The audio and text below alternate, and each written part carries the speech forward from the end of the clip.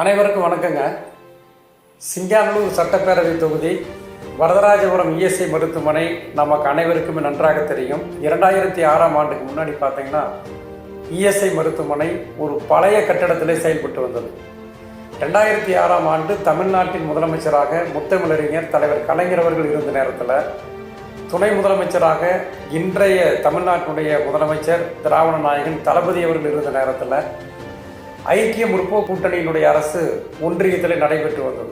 அன்றைக்கு நம்முடைய மாண்பு தமிழ்நாட்டினுடைய முதலமைச்சர் துணை முதலமைச்சருடைய வேண்டுகோளை ஏற்று அன்றைக்கு ஒன்றிய அரசினுடைய நிதியுதவியோடு மாநில அரசும் சேர்ந்து சுமார் 600 கோடி ரூபாய் மதிப்பீட்டில் இஎஸ்ஐ மருத்துவமனை வரதராஜபுரத்தில் அதிநவீன தொழில்நுட்ப வசதிகளோடு அன்றைக்கு மேம்படுத்தப்பட்டன. அதன் காரணமாகத்தான் இன்றைக்கு பல்லாயிரக்கணக்கான மக்கள் இஎஸ்ஐ மருத்துவமனையில் மருத்துவ சிகிச்சை பெற்று வருகிறார்கள். பல்லாயிரக்கணக்கான உயிர்களை காப்பாற்றுகின்ற ஒரு மருத்துவமனையாக இன்றைக்கு இஎஸ்ஐ மருத்துவமனை இருக்கிறது என்று சொன்னால், அதை தரம் உயர்த்தி இந்த மக்களுக்கு மருத்துவ வசதிக்காக அர்ப்பணித்த அரசு திராவிட மாடல் அரசு, திராவிட முன்னேற்ற கழகம் தலைவர் தளபதி அவர்களும் முத்தமிழறிஞர் தலைவர் கலைஞர் அவர்களும் தான் இந்த அரிய சாதனையை செய்திருக்கிறார்கள் என்பதை நான் மகிழ்ச்சியோடு இந்த நேரத்தில் நான் நினைவு கூறுகின்றேன்.